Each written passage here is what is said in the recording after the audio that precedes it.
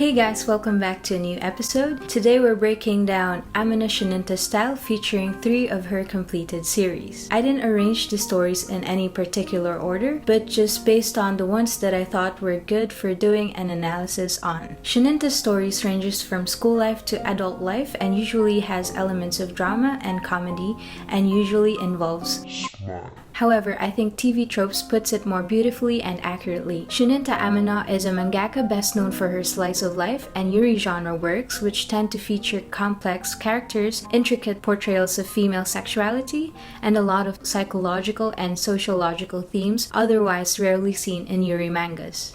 The first one is an anthology 3-part series called Sweet Guilty Love Bites. The story is about 4 hostesses and their daily lives, which are all diverse and interesting. For instance, one of the cabaret girls ends up picking a cat, by which I mean a stray girl and a single mom that ends up sleeping with her daughter's preschool teacher. The art style. Shininta loves her eyelashes prominent and thick, and usually has 1 or 2 characters bearing fangs. Shininta also doesn't shy away from writing about sex, which is done tastefully and explicit but not too over the top. My favorite part in the anthology is the one with the single mom and the preschool teacher, just because I don't think it has been done a lot in yuri manga before. And their dynamic also seemed the most realistic among the other couples. Moving on, let's take a look at the feelings we all must endure. Again, you can clearly and easily distinguish Shininta's art by the eyes and thick eyebrows and the use of simple lines and cat eyes. The feelings we all must endure follows a university student called Ruki and her journey to discovering her sexuality as a lesbian and her friends who are all part of the LGBT community. Fortunately, its genres include drama and romance. This was actually the first series I read from Shininta, and I remember despising it because of Ruki's pushover personality and weak-willedness to confess to Sachi, even though Sachi has a boyfriend, but that's beside the point. Although Shininta writes a lot of yuri, she doesn't shy away from writing stories with het in it, which I really appreciate because it adds to the realism of the story. As much as I would love a world where there are only gay women around, real life has both men and women. In this series in particular, Sachi, one of the 7 main characters, although later sleeping with a girl, is in a committed relationship with her boyfriend. Shininta's stories are complex with plenty of distinct and diverse characters. As mentioned, there are 7 characters in this story, all with different qualities that make them stand out from one another. For instance, Fu-chan is the go-with-the-flow and doesn't give a f*** attitude, while her girlfriend Asuna is a nymphomaniac. Although I enjoyed the beginning of this story, the ending left a bitter taste in my mouth because of Sachi. I really detested her growth. She knew how it felt to be on the receiving end of being cheated upon, and even though she and Ruki-chan weren't official, she herself admitted that she wanted to feel what it was like to be the one on the cheating end. It just felt very unpleasant and not my type of resolution. It was unnecessary pain for Ruki.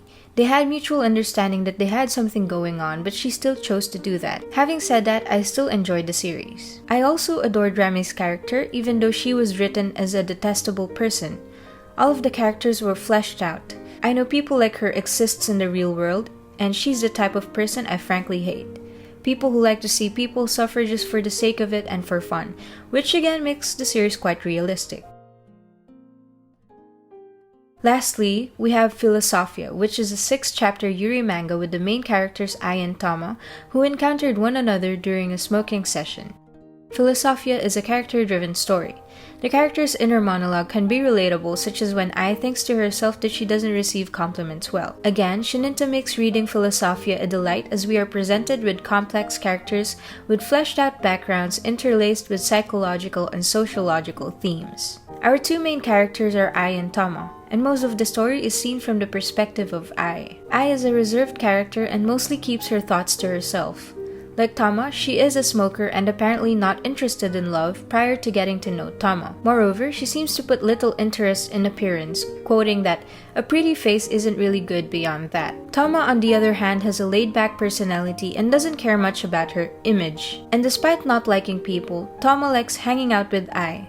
Apart from being smokers, Tama and Ai both share a passion for reading. Although Tama seems to be initially more interested in Ai than the other way around, we find out that Ai seems to have moved on from being interested to actually falling for Tama, as she basically blushes and thinks to herself that Tuesdays is basically what she lives for, in which she gets to spend time with Tama. The manga is fast-paced, as we already have a time skip on the first chapter, and it constantly reminds us that our two MCs are still university students. And even though Tama's character is mysterious, Chapter 2 gives us a glimpse of what Tama goes home to after university.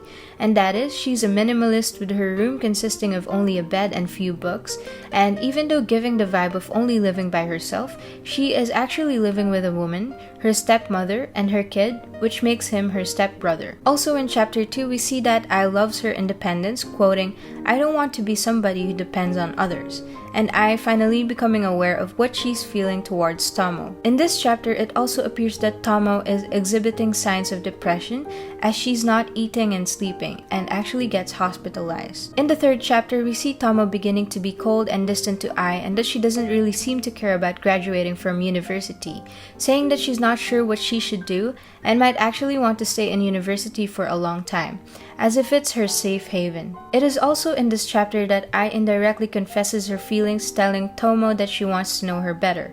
But Tomo isn't ready to open up and actually wants to maintain their status quo, and Ai finally realizes she's in love. In the fourth chapter, we finally see Tomo's perspective of her mother, that she thinks she's attractive and would wait patiently for her husband, and those were the qualities that his father was looking for. Then, a surprising twist, Tomo and the stepmom actually had a physical relationship. In the penultimate chapter, Chapter 5, we find out why Ai kind of despises her good looks, due to her friends' affairs in which a guy she likes is in love with Ai. In the final chapter, it was revealed that Tomo was planning on going on a sabbatical trip or something like that, and that was why her room was so minimalistic. Chapter 6 is also the beginning and the end, as all the mystery surrounding Tomo is answered in this chapter. I really liked it because it felt raw, and the dialogue between Ai and Tomo seemed so realistic and so romantic, even though the context of what they were talking about, Tomo being a pimp, was so dark, it was still also poetic. Some people might think it came out of nowhere, but I think it explains Tomo's mysteriousness and why she doesn't try to get herself deeply involved with Ai. It was her own way of trying to save Ai from herself, because she knows she's not good for her.